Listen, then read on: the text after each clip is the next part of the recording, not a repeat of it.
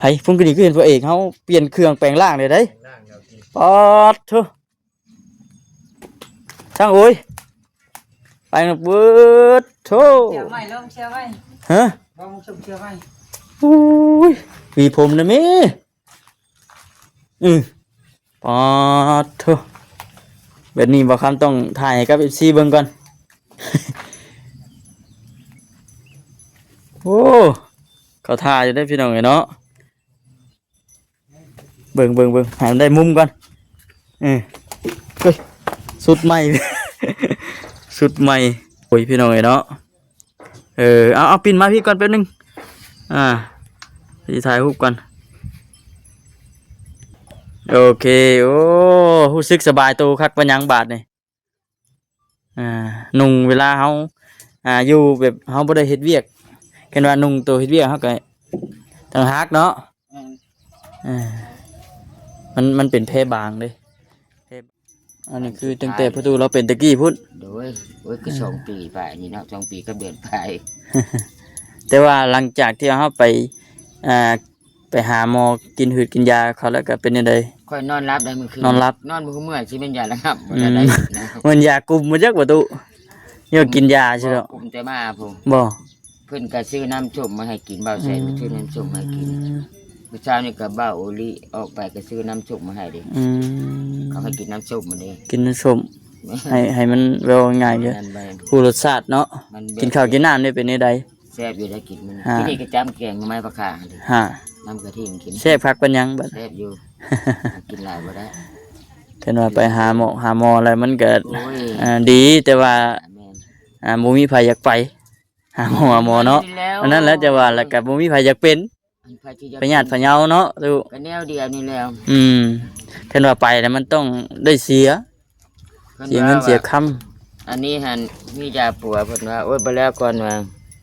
เพิ่นก็ฮู้เคยเปิดนั่นทีนึงนี่อันนี้เป็นตั้งแต่หึงเลยบ่นี่บ่10 ปีแล้วดิโอ้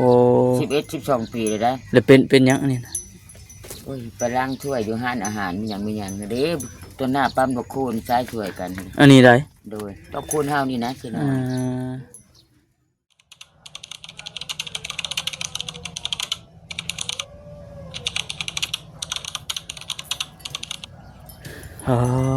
พี่น้องเนาะเปิดภาพเปิดคลิปมาบัดที่นี่เพื่อนแม่ตู้แก้วพี่น้องเลยปื๊ดโธ่แม่ตู้คือคักแทะบัดนี่ไปถึกฝันดีบ่เมื่อคืนนี่ตื่นมาเมื่อเช้าหรือว่าตั้งเช้าโตพี่น้องเลยเนาะแต่ว่าสร้างเพิ่นเมื่อเบิดแล้วพี่น้องเลยเนาะสร้างเพิ่นเมื่อเบิดแล้วเพราะว่าเริ่มค่ำเลยเด้4 โมง 5 โมงแล้วล่ะอันนี้คือความสูงของโตเพื่อนคือซีเมนต์เนาะดูว่าเพิ่นสิเอาซ้ำนี่บ่ข้างคู่อันสูงต่ำนี่เพียงซ้ำนี่เลยบ่นี่บ่พอดีงามเนาะพอดีคักซ้ำนี่แต่ว่าเพิ่นยังสิตั้งอันต่อเสาอีกพี่น้องแต่ว่าความสูงของมันนี่สิซ้ำนี่เนาะเดี๋ยวเป็นอะไรก็ติดตามเบิ่งนำกันพี่น้องเฮาก็ยังบ่ฮู้เบิดดอกทักทายสบายดีเด้อพี่น้องเด้อเนาะสบายดีแม่ตู้เอ้วมื้อนี้ก็มาเยี่ยมมายามอีกมารอบนี้เพิ่นว่าเห็นเพิ่นเฮ็ดเสาตั้งเลยเบิ่งนับเบิ่ง1 2 3 4 5 6 7 8 9ต้นเนาะเอาขึ้นแล้วงามมาโตเนาะงามเลยเอาขึ้นจะอ้อเยอะนะตะกี้คือบ่ได้เห็นบ่เสานี่เพิ่นเอาไปใส่นี่ทิ่มไอ้เนี่ยเพิ่นเอาป้าหุ่นบ่อยู่ในนี้แต่ว่าเสาต่อเพิ่นนี่อยู่นี้เนาะตู้เนาะนี่พี่น้องเบิ่งนำกันวิจังโอลมกับแม่ตู้เราบ่ได้มีหยังเราพี่น้องถามไทยกันนี่คือโอ้โธ่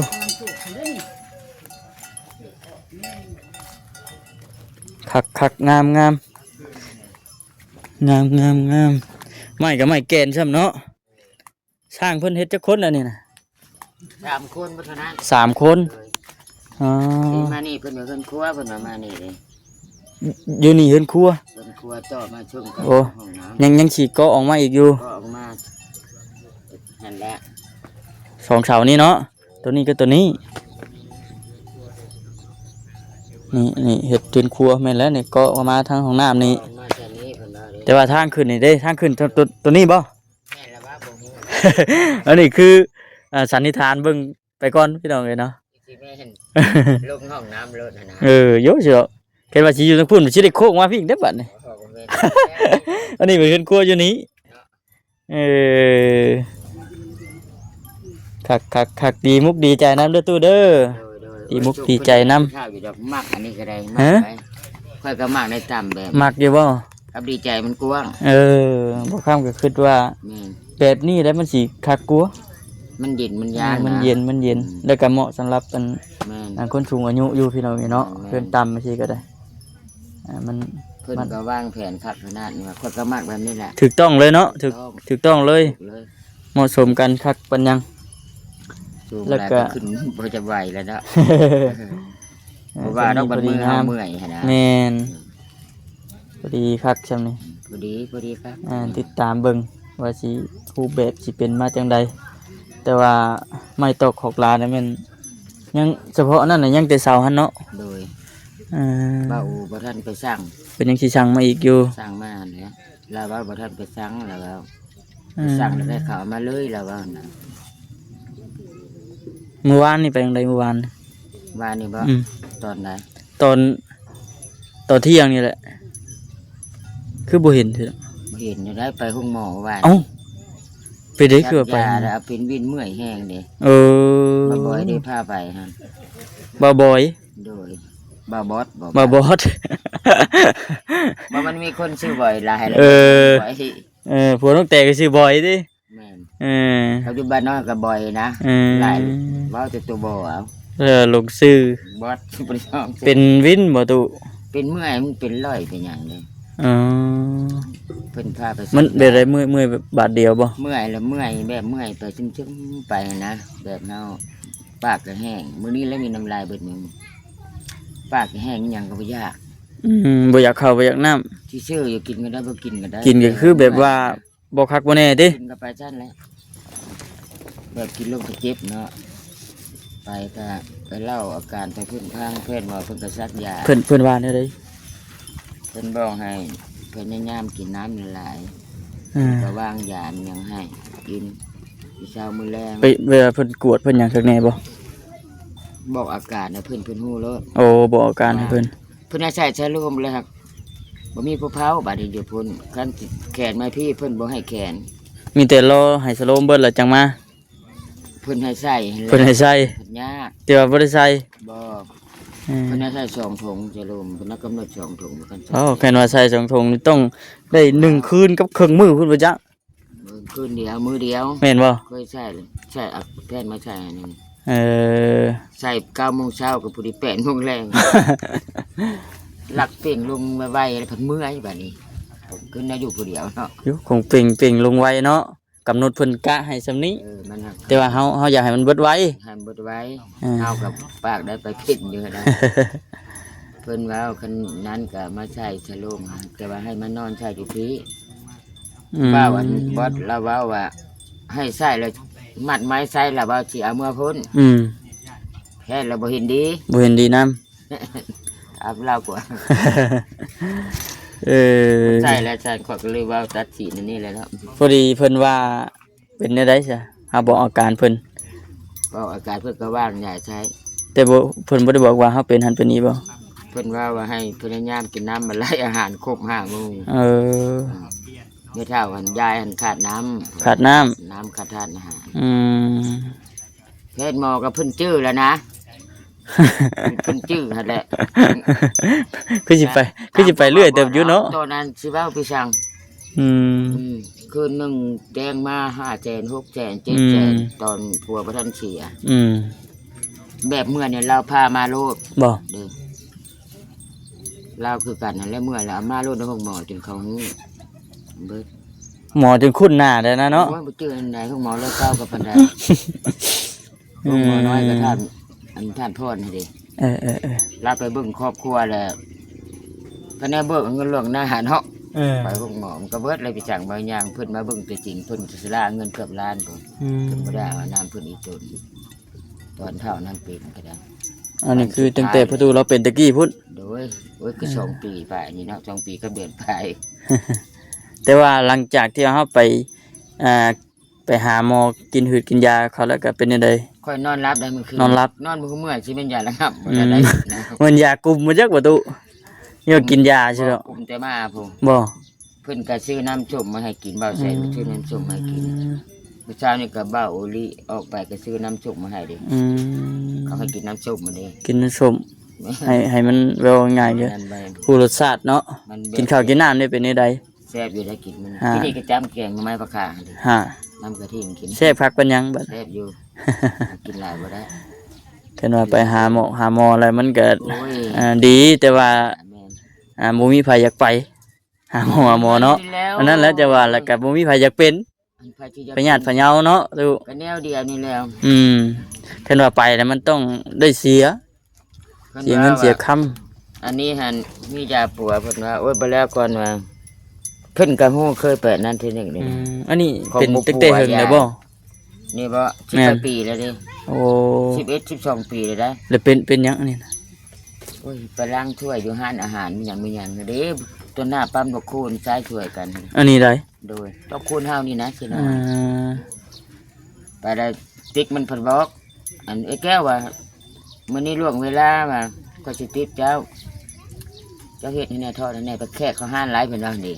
ผัดบ่เคยเนาะ อ่า แล้วก็เอามาแล้วก็เอาไปจูมใส่ได้หม้อไฟฟ้านี่เป็นไปเราเฮ็ดอย่างประเทศน้องแม่มาแล้วบ่วงคนนี่เด้เบิดเลยนี่อันยังเท่านี้เลยนี่ ขออนุญาตน้ำอันนี้ก็แม่นนี่ น้ำห้อนบ่ตุ น้ำมันเป็นน้ำกระตัวไผ่น้ำมันหมูนี่แหละ โอ้ เอาออกแต่ชูแช่งนจำหัวจำหัวใส่หม้อดิเอาบ่วงอยู่เดี๋ยวก็เบิดแหละ เพิงเลยติ โอ้ยมันบ่เพิ่งต้องหม้อคนนี่แหละจนสิตาย2 คนพวกเขามันได้นึงถึงกิโลมันได้นึงถึง อ่า นี่ประมาณตัวเอง ตั้งแต่กี่พุ่นบ่ 11 12 ปีนี่แหละ 12 ปี เขาบ่ได้ บาดแผล เขา ที่ เอาไปห้องหมอนี่เขารับมันเบิดเงินเท่าไหร่เพิ่นติ๊กติ๊ก อืม เพิ่นบ่ได้เอาไปเป้าไปปิ้วชาเด้ นี่แต่ไปหาหมอติ ไปซักยาโอ้ยอันนี้จนเห็นเฮากระดูก น้ำมันเด้เนาะ น้ำมันหมูผู้เขาหูบัทีเขาไปชิยานตียานายเพียงแนวบ่ได้เปลือก แต่ว่ามันบ่ถือกันว่าขออนุญาตน้ำหน้าตาเนาะ ถือคือกัน คือกัน ถือเบิดเลย อืม ถือเบิดนี่ไปซักยาปกติแล้วสิกินยาอัมปีตลอดนะกิน2-3 มื้อกินแล้วมันทุเลาเด้มันสิลึกนะอันนี้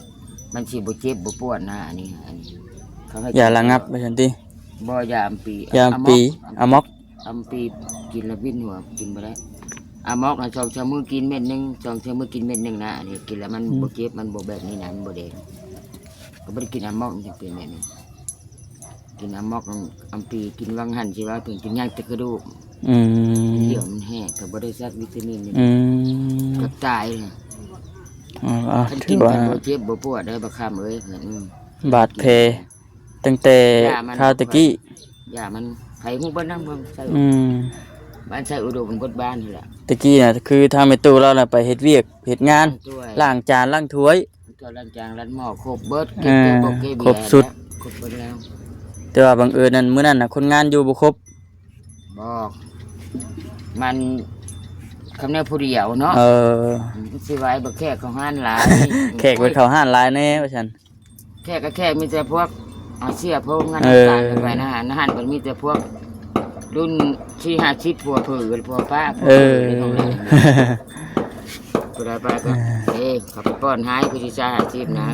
แบบนี้แหละ ให้ติปให้หยังสิว่า เขาบ่ให้ป้า อ่า ให้เป็นพอได้กินซื้อนมให้หลานก็ทิ้งนี่แหละ แต่คราวตะกี้พี่น้องถือว่าผ่านไปแล้วเนาะตู้เนาะ โอ้ยบ่ แต่ว่ามาฮอดปัจจุบันนี่ห่วยมีข่าวดีเข้ามาแล้วพี่น้องก็คือหนึ่งชาตินี่ก็แต่ว่าเรื่องมือเพิ่นนี่ก็ อย่ามัน ยังเจ็บยังคันอยู่ เจ็บมันไข้แล้วมันคันมันเจ็บ มันเจ็บ เจ็บแบบอ่อนบ่ได้คันได้มันเจ็บได้ มันเจ็บ ฮ้อนวุด อืม มื้อแรกนี่ก็นอนบ่ได้นี่ บ่ แกงหน่อไม้เขาชอบไปได้เด็ดยาก คือเขาล่ำเนี่ยมันประเดกบ่ ปลาแดกขะล เครื่องของด ำ อง ไก่กับพิษ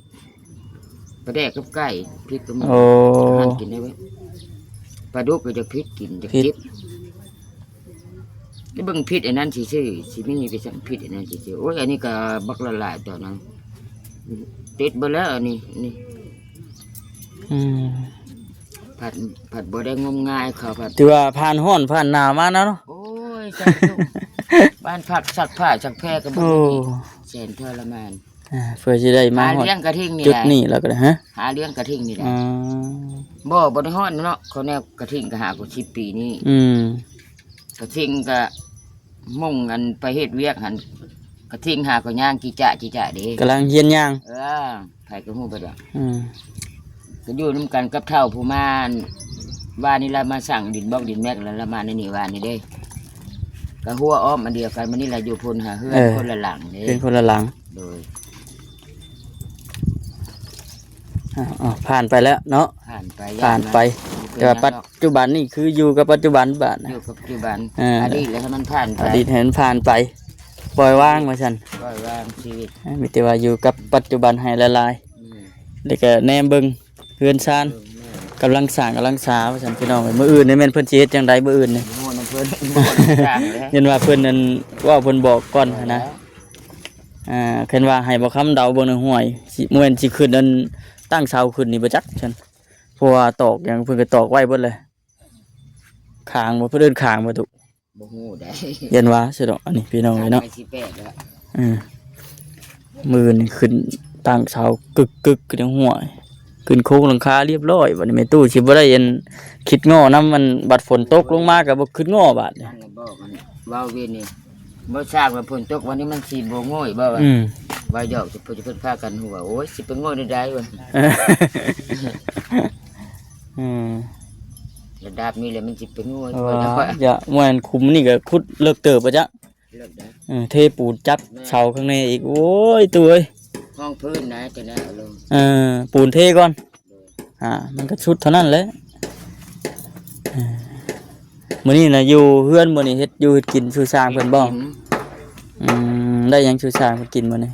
ต้มมี่ ต้องมีชูสร้างกิน โดยเอาบ่มีเพิ่นต้มมี่ แม่นเฮาก็ จุ่มเพิ่นบ่กิน เฮาก็อันเฮ็ดตามเฮามี ว่าซั่นซะ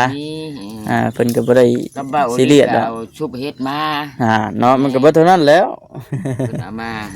เออ เอามาให้แม่นี่แหละกินแล้วแบ่งกินน้อยนึง อืม แซ่บได้ชุบเฮ็ดกับเจ้าเฮ็ด อืม เนี่ยเราเฮ็ดแซ่บ ชุบเฮ็ดบด